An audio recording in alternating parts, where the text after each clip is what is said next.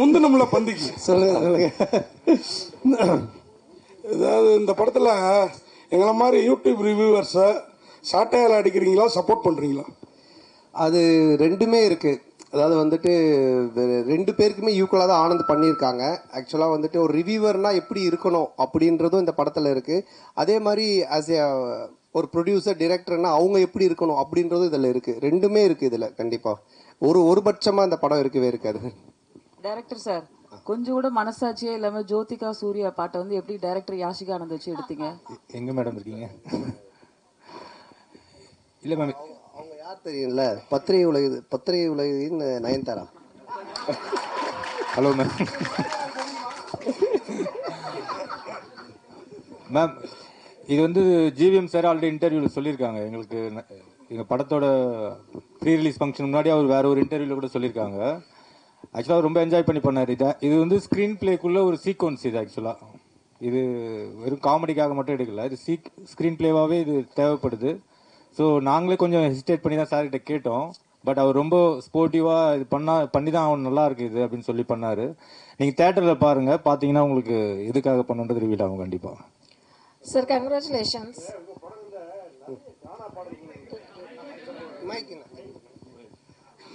உங்கள் படங்களில் நிறைய கானா பாடல்களுக்கு முக்கியத்துவம் கொடுக்குறீங்க. அதுக்கு என்ன காரணம்? அதுக்கு இந்த ஹீரோக்களில் நீங்கள் ஹீரோவாக ஆயிட்டீங்க. அந்த மாதிரி இந்த இன்ட்ரோடக்ஷன் சாங்ஸு அந்த மாதிரிலாம் நீங்கள் இம்பார்ட்டன்ஸ் கொடுக்காம மெயினாக கானா பாடலுக்கு முக்கியத்துவம் கொடுக்கறதுக்கு என்ன காரணம்?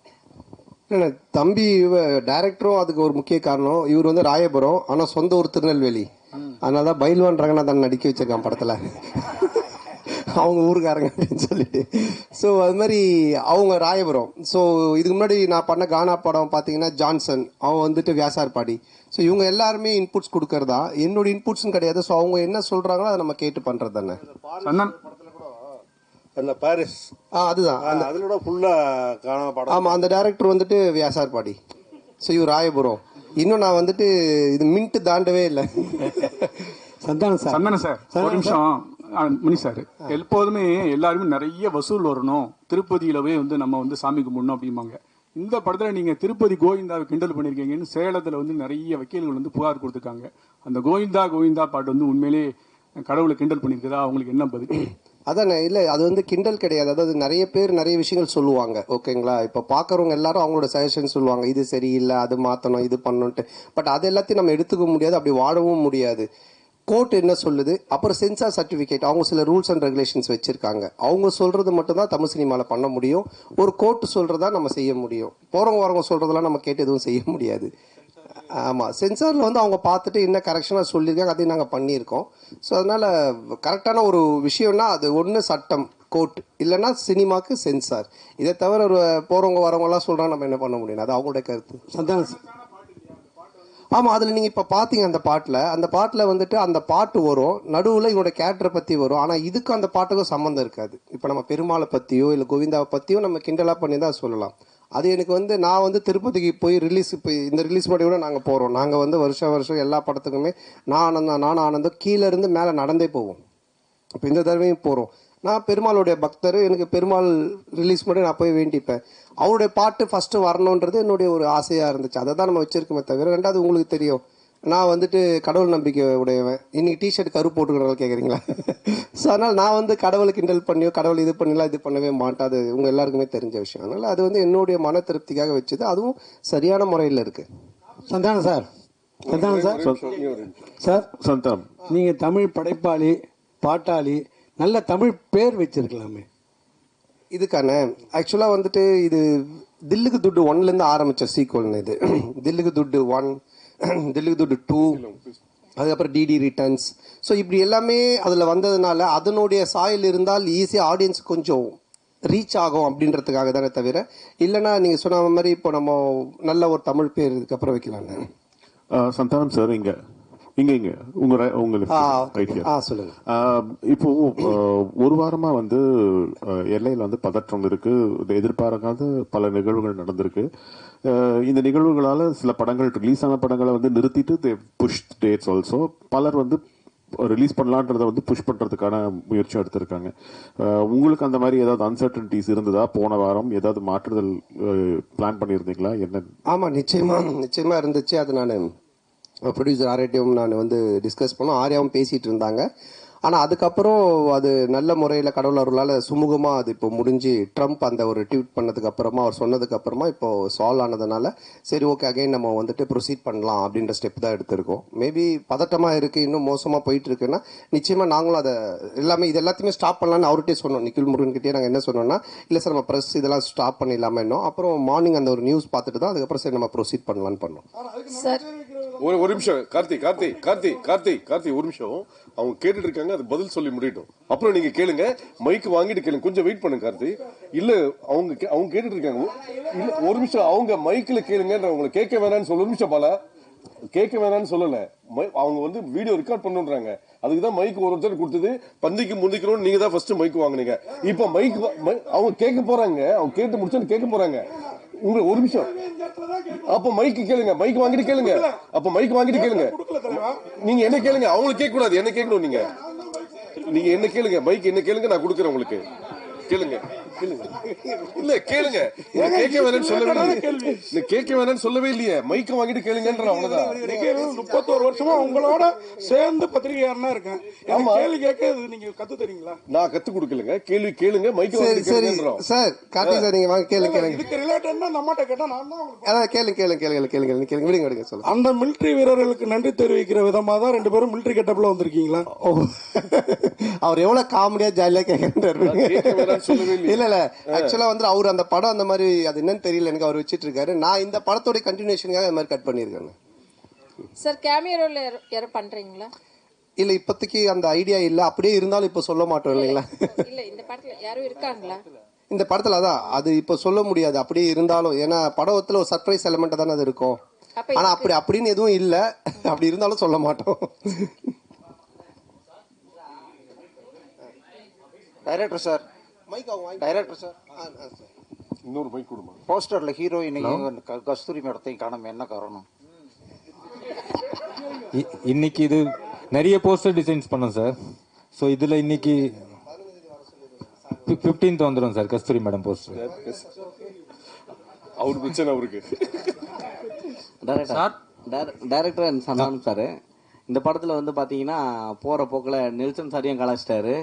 அப்படியே காக்கா அந்த இது சீனியும் எடுத்திருக்கீங்க. ஸோ இது ரெண்டுமே ஒத்துக்கிட்டாங்களா? அதே போல் இந்த படம் முடிஞ்ச உடனே சந்தானம் சார் இந்த படத்துக்கு ரிவ்யூ பண்ணுவாரா? கண்டிப்பாக அவரே படத்தில் ரிவ்யூ வருதானே. இது யாரையும் கலாச்சி பண்ணல. இது ஒரு ஃபேண்டசி வேர்ல்டுக்குள்ள ஒரு கிங்ஸ்லியாவே இருக்காரு. ஸோ அதை சொல்றதுக்கு ஒரே ஒரு பாயிண்ட் அவர் டைரக்டர் நெல்சன் தான். ஸோ அதனால தான் அது மாதிரி ஒரு டைலாக் பண்ணோம். இல்லை அதுலயே சொல்லியிருப்பாரு, டேய் நீ நெல்சன் படத்தை ப்ராடக்டரா, நெல்சன் ஒரே மாதிரி கொண்டு போவாரா, நீ ஏன்டா மாத்துற அப்படின்ற மாதிரி ஒரு இதை போட்டிருப்பாரு. அதனால தான் கேட்டோம். நெல்சன் எதுவும் இது அப்ஜெக்ஷன் தெரிவிக்கலையா? இல்ல இப்போ என்னன்னா ஒரு டேரக்டருக்குன்னு ஒரு ஸ்டைல் இருக்கு ஓகேங்களா. இப்போ வந்துட்டு இவர் படம்னா இந்த மாதிரி இருக்கும் அப்படின்ட்டு. ஸோ ஆனந்த் படம் அப்படின்னாலே நிறைய கொஞ்சம் கிண்டல் அந்த ஒரு சட்டையர் அந்த ஸ்பூஃப் இருக்கும். சில படத்தோட ரெஃபரன்ஸை வச்சு அவர் கிண்டல் அடிப்பார். அப்புறம் சில பேரோட கேரக்டர்ஸ் வச்சு பண்ணுவார். ஆனால் அது எல்லாமே ஒரு ஃப்ரெண்ட்ஷிப்பில் எல்லாரும் தெரிஞ்சவங்க அவங்கக்கிட்ட எந்த ஒரு பாதிப்பும் வராதுன்னு தெரிகிறது மட்டும்தான் பண்ணுவோம். இல்லைன்னா அது பண்றது கிடையாது. இப்போ நாங்க ஜாலியா பேசிப்போம். ஆனா இவர்கிட்ட பேசினா அது செட் ஆகாதுன்னா அதை நாங்க அவங்கள தொட மாட்டோம். சார் இப்ப நீங்க பார்க்கிங் காசு கோவிந்தா, டிக்கெட் காசு கோவிந்தான்னு சொல்லிட்டு ஒரு விஷயம் சொல்றீங்க. லேட்டஸ்டா ஒரு 2 மாசத்துக்கு முன்னாடி பாத்தீங்கன்னா தேட்டரை விட்டு வெளியே வரும்போது பார்க்கிங் காசு வேஸ்ட், பாப்கார்ன் காசு வேஸ்ட்னு சொல்லிருக்கீங்க. எந்த படத்தை மென்ஷன் பண்ணி சொல்லிருக்கீங்களா? இல்ல எந்த படத்தையும் மென்ஷன் பண்ணல. ஆடியன்ஸ் மக்கள் டெய்லி என்ன பேசுறாங்க, டே டு டே அவங்க என்ன கரண்ட் சுச்சுவேஷன்ல இருக்காங்கன்றதை பார்த்துட்டு அதை எடுத்து நம்ம படத்தில் வைக்கிறோம். எப்பவுமே படம் அதுதானே, என்ன நடக்குதோ அதை நம்ம எடுத்து அது சினிமாவாக காட்டும்போது நல்ல ரீச் கிடைக்கும். ஆர்யா ப்ரொடியூசர் நல்ல சம்பளம் கரெக்டாக கொடுத்துட்டாரா? ஆர்யா கிட்ட கேட்குறீங்களா? சந்தானம் சார் சம்பளம் கேட்டது கொடுத்துட்டாரா? நான் கேட்டதை விட அதிகமாகவே கொடுத்துட்டாரு. அதாவது வந்துட்டு என்ன சொல்றது, அதான் நான் சொன்னேன் இல்லைங்களா, நாட் ஓன்லி இந்த படத்தோடைய சம்பளம்ன்றது இல்லாமல் என்னுடைய என்ன உனக்கு தேவை, எங்கேயும் போய் டக்குன்னு ஒரு அட்வான்ஸ் எடுத்துகிட்டு வராங்கன்னு சொல்லிட்டு கை நீட்டாத, எங்கேயும் வாங்காத, நீ வந்து 1 year ஃப்ரீயாக வேலை செய்யினாங்க. அதான் நான் சொன்னேன், வீட்டை விட இடிச்சாங்க, புது வீடே இப்போ கட்டியிருக்கேன். எல்லாம் காரணம் ஆர்யா பவன் தான் சார். இந்த படத்தில் ஆனால் சந்தான இந்த படத்தில் பார்த்தீங்கன்னா கவுண்டமணி சார் தான் ஒரு படங்கள்லாம் பார்த்தீங்கன்னா பேர் வைப்பார். கொயகா கச்சா மூஞ்சி, அனில் மூஞ்சி அந்த மாதிரிலாம். ஸோ நீங்கள் வந்து நிறைய பேருக்கு இப்போ இந்த படத்துலேயே பார்த்தீங்கன்னா கெளுத்தி, கெண்டை, குறவை மீன் அந்த மாதிரிலாம் வச்சுருக்கீங்க. ஸோ இது எப்படி உங்களுக்கு மாட்டுதா ஜிலேபி மூணுலாம் வந்து? இல்லையே, நான் இதில் யாருக்கும் பேர் வைக்கலையே. பாட்டு எழுதும் போது அந்த கெளுத்தி என்ன அது பண்ணுது? அவருடைய பேரே கெளுத்தி தான். ஒரிஜினல் நேமே கெளுத்தி. ஒரிஜினல் பேரே கெளுத்தி தான். எனக்கு கெளுத்தி இல்லை, நாங்கள் வைக்கல, அவன் ஒரிஜினல் பேரே அதுதான். சார், உங்களுக்கு சூர்யா ஜோதிகா பாட்டு எடுக்கும்போது கௌதம் மேனன் வந்து என்ன சொன்னாருன்னா, அவர் படத்தையே ரீக்ரியேட் பண்ணிருக்காரு. அதுவும் நீங்க தான் சொல்லணும், கிண்டல் பண்ணி நீங்க ரொம்ப எடுத்துருக்க மாதிரி எடுத்துருக்கு. அது யாஷிகா ஆனந்த் கூட ஸ்லோ மோஷன்ல கூட விட்டு அவர் ஒத்துக்கிட்டாரா இப்படி? இல்லைண்ணா, இப்போ அதான் நான் சொல்றேன், இப்போ நீங்க பாக்குறது ஒரு ட்ரெய்லர் இந்த டீசர்லாம் என்னன்னா உங்களுக்கு படத்தை பார்க்கக்கூடிய ஒரு ஆர்வத்தை தூண்டுறதுக்காக நாங்க துண்டா கட் பண்ணி வைப்போம். அவருடைய முன் கதை என்ன பின் கதை எதுவுமே தெரியாது. அப்போ அதை பார்க்கும்போது உங்களுக்கு ஒரு ஒரு என்ன சொல்றது, இது என்னவா இருக்கும், இது என்ன அப்படின்னு ஒரு கொஸ்டின் கேட்கலாம். அந்த ஒரு வைரலுக்காக தான் அதை பண்றோம். பட் படமா நீங்க பார்த்துட்டானுங்க அது ரொம்ப கிளியர் பிக்சர்ல கரெக்டா வரும். 1000 தான் சொல்லுங்க. அந்த பாட்டை பார்க்கும்போது சூர்யா ஜோதியாவுக்கும் வராதா, சூர்யா ரசிகர்களுக்கும் வராதா? நீங்க எவ்வளவு கிண்டல் பண்ணிருக்கீங்க? இல்ல, இது கிண்டலாவே வராதுண்ணா. இப்ப என்னன்னா அவரு அந்த படத்தோட இயக்குனர், அவரு அதை பண்றாரு. அது ஏன் பண்றாரு, அதுக்கு ஒரு காரணம் இருக்கு. அந்த காரணத்தை சொல்லும்போது கண்டிப்பா தப்பா இருக்காது. நிறைய படத்துல நிறைய ரெஃபரன்ஸ் வைக்கிறாங்க. அது கரெக்டா அந்த கதையோட ஒத்து வந்தா ஓகே. திடீர்னு துண்டா சும்மா வெறுப்பேற்றதாக வச்சோன்னா தப்பா இருக்கும். அண்ணா, உங்களுக்கு வந்து ஆர்யாவை ரொம்ப பிடிக்கும். இப்போ ப்ரொடியூசரா நல்லா பிடிச்சிருக்கா, நண்பரா பிடிச்சிருக்கா? ஆர்யாவையா? இல்லை, ரெண்டுமே தான். ஏன்னா நண்பனாக இருந்ததுனால தான் அந்த ப்ரொடியூசராக மாதிரி ரெண்டு பேருமே வந்துட்டு என்ன சொல்கிறது, ப்ரொடியூசராக இருக்கும்போது சில நேரத்தில் சண்டை வரும், நண்பனாக இருக்கும்போது சண்டை வராது. அடிக்கடி கோச்சுப்பான். அது மாதிரி வந்துட்டு இது நான் சொன்ன இது மாதிரி பண்ணவே இல்லை, இது பாரு இப்படி ஆயிடுச்சுன்னு. ஃபர்ஸ்ட் டே ஷூட்டிங்கே கால் பண்ணி நான் வந்து உனக்கு காமெடி சூப்பர் ஸ்டார் நான் சும்மா தான் பேர் வச்சேன், நீ நிஜமாலே பண்ணிட்டு இருக்க அப்படின்னா. ஏன் என்னென்ன வேட்டையின் ஷூட்டிங்கில் எவ்வளோ செலவு தெரியுமா அப்படின்னா, தெரியாது மச்சான் இவ்வளோ செலவு அப்படின்னா. நம்ம ஷூட்டிங்கில் எவ்வளோ செலவு தெரியுமா, எவ்வளோன்னா அதே செலவு, அதே 200 பேர், அதே இது. நான் உனக்கு காமெடி சூப்பர் ஸ்டார் பேர் வச்சா சூப்பர் ஸ்டாருக்கு இவ்வளோ நீ செலவு பண்ணுவியா அப்படின்னு சொல்லி கோச்சிக்கிட்டான். அப்புறம் நான் சொன்னேன், இல்லை மச்சா இது மாதிரி இதெல்லாம் தேவைப்படுது அப்படின்னு. ஸோ அதுக்கப்புறமா ரொம்ப சண்டே ஆயிடுச்சேன். டக்கு நான் என்ன பண்ணுவேன்னா, ஒரு நாள் ஈஷாக்கு போயிடுவேன். உடனே ஃபோன் அடிப்பான், அங்கே அடிச்சிட்டு இல்லை சத்குருட்ட காசு வாங்கி கொடு அப்படின்வான். ஏய், அவர் பேப்பரா காசு வாங்கி தர முடியும், நீ அங்கே தானே போற, எனக்கு காசு வாங்கி கொடுத்துட்டு போ, அவர் பேர் போட்டு ப்ரொடியூசர் அப்படின்வான். சரி மச்சா வந்து. ஸோ ப்ரொடியூசர் அது மாதிரி இடி சண்டை வரும். நண்பனாக இருக்கும்போது எதுவுமே இருக்காது, ஃபுல்லாக ஜாலியாக. ஆமாம், கொஞ்சம் அடிக்கடி நடக்கும். சார், போன மேடையில் அவங்கள கடவுளாக பார்த்து காலில் விழுந்தாரு கூல் சுரேஷ். இந்த படத்தில் இருக்கிறாரா? காணும். இல்லை, இந்த படத்தில் இல்லை. கடவுளை கொஞ்சம் அவருக்கு தரிசனத்தை கொஞ்சம் தள்ளி வச்சிருக்கோம். அவரும் வந்து படத்தை ரிவ்யூ கொடுப்பாரு. சார் இங்க சொல்லுங்க. ஒரு பாட்டில் வந்து பாத்தீங்கன்னா படம் போட்டு 1 மணி நேரம் கழிச்சு வர்றாங்க, ஓசி டிக்கெட்ல வராங்கன்னு சொல்றீங்க, அது யாரை சொல்றீங்க? இல்லை, இப்போ நிறைய பேர் வந்துட்டு பார்த்தீங்கன்னா பப்ளிக்ல வந்துட்டு இஷ்யூ பண்றாங்க, ஏதோ ஒரு டிக்கெட்ஸ் கொடுக்குறாங்க, இல்லை ஃபேன் ஷோ போடுறாங்களா, ஏதோ ஒன்று பண்றாங்கன்னு வச்சுக்கோங்க. அதில் கும்பலில் சில பேர் வராங்க, வந்துட்டு அவங்கெல்லாம் சில விஷயங்கள்லாம் பேசுறாங்க. அது வந்துட்டு நாளைக்கு பார்த்தீங்கன்னா வைரல் ஆகுது. அது நிறைய என்ன சொல்றது ரிவ்யூஸ் ஷோஸ்ல நீங்க பாத்தீங்கன்னா இருக்கும். ஸோ இப்போ இதை வந்துட்டு வைரலா நிறைய பேர் பேசுறாங்க, கமெண்ட்ஸ்ல சொல்றாங்க, இவன் ஓசி டிக்கெட்ல வந்தவன்பா, இவன் பார் லேட் அண்ட் டாச், இதெல்லாம் வந்து கமெண்ட்ஸ்ல வர்றது. அது எல்லாத்தையும் எடுத்து தான் அந்த லிரிக்கெல்லாம் கெளுத்தி எழுதுனது. ஸோ எழுதும்போது நல்லா இருந்துச்சு, நாங்கள் கேட்டோம், இதெல்லாம் லைவ்ல இருக்குன்னா சரி ஓகே பண்ணிட்டோம். நீங்க இந்த படத்துல எப்படி ஓசி டிக்கெட் வாங்கி படம் பாக்குறீங்களா, இல்ல தியேட்டர்ல போய் வாங்கி படம் பாக்குறீங்களா? நான் கொஞ்சம் ஓசி டிக்கெட் தான், ஏன்னா ரிவ்யூ பண்றோம் இல்லைங்களா. அப்போ ரிவ்யூ பண்ணும்போது எங்களுக்கு ஒரு ஷோ போடுவாங்க, அப்போ போவோம். அதனால தான் என்ன வச்சு அதை கலாச்சி பண்ணியிருக்காங்க. ஆனால் சந்தன, இந்த வருஷம் பார்த்தீங்கன்னா உங்களுக்கு அதிகமாக உங்கள் நட்பு சைடில் வந்து இழப்புகள், 2 இழப்புகள், சேஷன்னா இன்னொன்று ஆண்டனி. ஸோ இந்த படத்தில் சேஷ் இருந்தால் எப்படி இருந்திருக்கும்? ஏன்னா இப்போ இல்லை. ஸோ ஒருவேளை சேஷுக்கான ஏதாவது சீக்வன்ஸ் ஏதாவது வச்சுருந்தீங்களா? அது இல்லாமல் டிடின்ற இதுக்கு வழக்கம் போயிட்டுருக்கு. இல்லை இருக்குது, அதாவது வந்து எங்கள் டீம் எல்லாருக்குமே தான் நாங்கள் எழுதுவோம், அதில் இருந்துச்சு. ஆனால் பட்டு காலத்தின் இது அவர் இல்லை. பட் எல்லாருக்குமே எங்கள் டீமில் எல்லாருமே வச்சு தான் எழுதுவோம். அந்த இப்போ கம்ஃபர்ட் ஜோனுன்னு ஒரு சில ஹீரோஸ் இருக்காங்க, அதே டைரக்டர் அதே டீமோட. இந்த ஹீரோஸ்க்கு வந்துன்னா அவங்களோட டீம் பண்ணால் கரெக்டாக இருக்கும். இதை நீங்கள் எப்படி பார்க்குறீங்க? உங்களுக்கு இதே மாதிரி ஃபர்ஸ்ட் பார்ட் 1, இப்போ 2, இதுக்கு அப்புறம் 3 பண்ண போறேன்னு சொன்னீங்க. ஸோ இதை தாண்டி நீங்கள் சந்தானமாக ஒரு ஆக்டரா, இப்போவுமே ஆக்டரா, இதை தாண்டி ஒரு லெவலுக்கு வர வாய்ப்பு இருக்கா? இல்லை, இப்போ என்னென்னா படம் பார்த்தீங்கன்னா ஃபர்ஸ்ட் மாதிரிலாம் ஒரு படம் பண்ணோம் டக்குன்னு இன்னொரு கதை அப்படின்லாம் கிடையாது. ஏன்னா இன்னைக்கு ஓப்பன் மீடியாவாக போச்சு. ஓடிடி பிளாட்ஃபார்ம் வந்தோடனே ஹாலிவுட் படத்துலேருந்து எல்லா படங்களுமே ஆடியன்ஸ் எல்லாத்தையுமே பார்க்குறாங்க. ஸோ ஒரு டைரக்டரோட ட்ராவல் பண்ணி ஒன்று சிங்க் ஆகி ஒன்று வந்து செட் ஆகிறதுக்கு மினிமம் ஒரு 2-3 படம் ஆகுது. அதனால தான் டக்கு மாற்றி போக முடியல. ஏன்னா என்னுடைய சிங்க் அவருக்கு தெரியணும், அவருடைய சிங்க் எனக்கு தெரியணும். அதுக்காக தான் அந்த மாதிரி ட்ராவல் பண்ணுறமே தவிர மற்றபடி. சந்தனம் சார் இங்கே தான் திருப்பி ரைட் ஹியர். உங்களுடைய நட்பு வந்து சிம்புவோட வந்து எல்லாருக்கும் தெரிஞ்ச விஷயம். அண்ட் அவர் வந்து ஒரு ரிக்வெஸ்ட் வச்சிருக்காரு உங்ககிட்ட. நீங்க மறுபடியும் காமெடியனாவும் படம் வந்து நடிக்கணும் அப்படின்ட்டு. அந்த ரிக்வெஸ்ட்டை எவ்வளவு தூரத்துக்கு நீங்க எடுத்துக்கிட்டு இருக்கீங்க? இனிமேல் சந்தானம் காமெடியானவும் அடிக்கடி படத்துல பார்க்க முடியுமா? ஏன்னா உங்களுக்குன்னு ஒரு ஃபேன் பேஸ் இருக்கு, அந்த ஃபேன் பேஸ் நீங்க மறுபடியும் காமெடியன் ரோல்ஸும் பண்ணணும்னு எதிர்பார்க்கறாங்க. இல்லை அதுதான், இப்போ காமெடி ரோல்னா நீங்கள் ஃபஸ்ட்டு பார்த்த சந்தானத்தை பார்க்க முடியாது, நிச்சயமாக அந்த மாதிரி ஒரு சந்தானம் இருக்காது. ஏன்னா அது இப்போவே ஆடியன்ஸுக்கு டிவியில் நிறைய ஷோஸில் நிறைய ஆதித்யா சேனல் சிரிப்பெல்லாம் பார்த்துட்டாங்க, நீங்களும் யூடியூப்ல நிறைய பார்த்துருக்கீங்க. ஸோ புதுசாக ஒன்று பண்ணணும், அது எப்படி டிசைன் பண்ணி பண்ணணுன்றதை நானும் யோசிச்சுக்கிட்டு இருக்கேன். அண்டு எல்லா படத்துலையும் என்னால் பண்ணுவேனான்னு எனக்கு தெரியல, ஏன்னா எனக்கு ஆல்ரெடி கமிட் ஆகி ஹீரோவாக பண்ணக்கூடிய அட்வான்ஸ் கொடுத்து ஒரு 3-4 பேர் ஆல்ரெடி வெயிட்டிங்கில் இருக்காங்க. ஸோ அதுவும் நான் பண்ணணும். இப்போ அதுவே நான் ஒரு படத்தை திருப்பியும் அவங்களுக்கு ரிட்டர்ன் பண்ணிட்டு தான் எஸ்டிஆருக்காக அதை பண்ணுறேன். அவருக்கு அதை என்ன மாதிரி பண்ண முடியுன்றதை நான் இப்போ டிசைன் பண்ணிகிட்டு இருக்கோம். அதுக்கப்புறம் ஆர்யாவோட ஒரு கமிட்மெண்ட் இருக்குது, நான் வடக்குப்பட்டி ராமசாமிலே சொன்னேன் ஆர்யாவோட நான் பண்ணோம் அப்படின்ட்டு. ஸோ அந்த கமிட்மெண்ட்டும் போயிட்டுருக்கு. ஸோ அதுக்கும் பேசிகிட்டு இருந்தோம். பட் இவன் எப்போ பண்ணுவான்னு தெரியல, இவங்கிட்ட அப்படின்னா ஆர்யா கியூபுக்கே 1 week ஆச்சு தான் அனுப்பினேன் அப்படின்னு சொன்னேன். ஸோ ஆனந்தம் ஒரு லைன் ஒன்று எழுதி இருக்கான் எங்கள் 2 பேரை வச்சு, அதில் ஒரு கேரக்டர் ஒன்று பண்ணலான் இருக்கோம். ஸோ பண்ணுவேன் கண்டிப்பாக, ஆனால் நிறைய பண்ணுவேனான்னு தெரியாது, பழச பண்ண மாட்டேன் நிச்சயமா. ஆனா இந்த கொஸ்டினோட தொடர்ச்சி தான் இது. சிம்பு சார் சொன்னாரு தமிழ் சினிமாவில் காமெடி நடிகர்கள் குறைஞ்சிட்டாங்க, காமெடியும் கம்மியாயிடுச்சுன்னு சொல்றாங்க. அது எப்படி நீங்க பாக்குறீங்க? அவர் சொன்னதுக்கு என்ன வந்து பாக்குறீங்க, நான் எப்படி சொல்ல? ஏன்னா அவர் உங்களுக்கு தான் சொன்னாரு, நீங்களா வந்து ஆக்டர் ஆகி போயிட்டீங்க, ஹீரோ ஆகி போயிட்டீங்க, ஸோ வந்து தமிழ் சினிமாவில் காமெடி கம்மியாயிடுச்சுன்னு சொன்னாரு. இல்லை என்கிட்ட அவர் பர்சனலாக சொல்ல பப்ளிக்காக எல்லார்கிட்டையும் சொன்னார். அப்போ நீங்கள் நடிக்க வாங்கன்னு கூப்பிட்டா நான் அதுக்கு எஸ்ன்னு சொன்னேன். அதை நான் எப்படி சொல்ல முடியும்? ஆரியா சார், சார்பட்டா பயங்கர ஹிட், பிளாக் பஸ்டர், செகண்டும் வரப்போகுதுன்றாங்க. அதில் நீங்கள் இருக்கீங்களா, இல்லை அடுத்த படத்துக்கு ப்ரொடியூசராக காலத்தில் இறங்க போறீங்களா சந்தானம் சார் வச்சு? இல்லை, இப்போ சார்பட்டா வந்து ஆகஸ்ட்லேருந்து ஷூட்டிங், இப்போ பார்ட் 2. இப்போ வந்து வேட்டும் ரஞ்சித் சார் அந்த படம் ஷூட்டிங் போயிட்டுருக்கு. ஸோ கண்டிப்பாக அது ஆகஸ்ட்லேருந்து பார்ட் 2 ஸ்டார்ட் பண்ணுறோம். சார் நீங்கள் ப்ரொடியூஸ் பண்ணதுக்கப்புறம் சந்தானம் சார் நீங்கள் சொன்ன மாதிரி கேட்க ஆரம்பிச்சாரா, இல்லை அவர் சொல்கிறது நீங்கள் கேட்க ஆரம்பிச்சிங்களா? ஏன்னா பாட்லேயே சொல்லியிருப்பாரு. இந்த படம் பொறுத்த வரைக்கும் என்ன, ப்ரொடியூசர்னு பேர் தான், பண்ணதெல்லாம் இவர் தான். ஏன்னா அதான் நான் சொன்னல, ஃபர்ஸ்ட் டே ஷூட்டிங் போய் அந்த செலவு லிஸ்ட் எடுத்து பார்த்தேன். டேய், உண்மையான கப்பலில் ஷூட் பண்ணாலும் இவ்வளோ செலவாகுதுடா அப்படின்னு சொன்னேன்.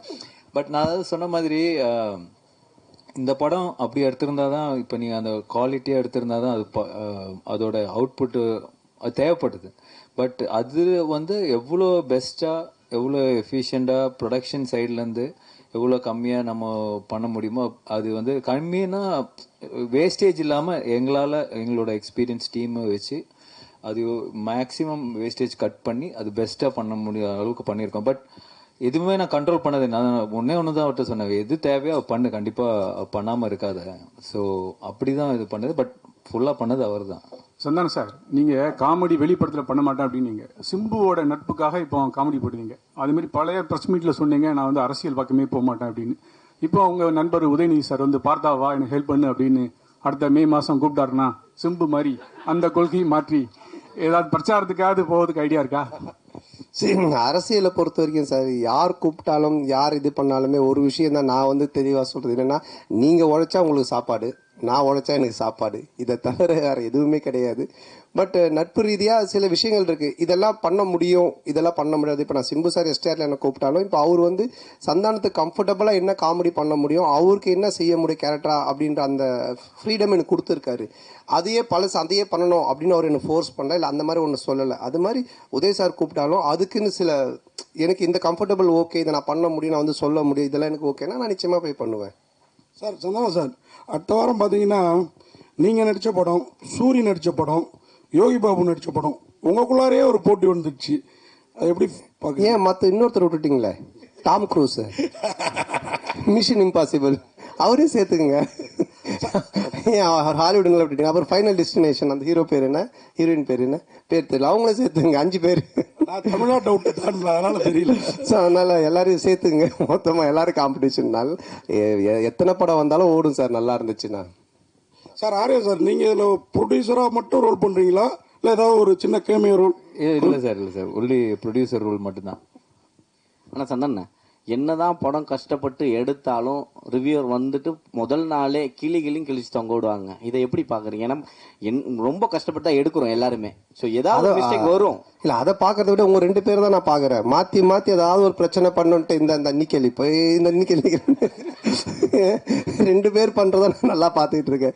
சரி, அப்படிலாம் கிடையாது. நல்ல படம் வந்தால் நல்லது, நல்லா இருக்குன்னு தான் சொல்கிறாங்க. ஓகேங்களா? ஸோ வந்துட்டு இப்போ இவர் ப்ளூ சட்டை மாறனே பார்த்தீங்கன்னா எல்லா படத்தையும் அவர் கழிவு ஊற்றுறது இல்லை. நல்ல படத்தை நல்லா இருக்குன்னு தான் சொல்கிறாரு அவர். இந்த மாதிரி எல்லாம் நிறைய ரிவ்யூஸ் வந்து நல்லா இருக்கிற படத்தை நல்லா இருக்குன்னு சொல்கிறாங்க.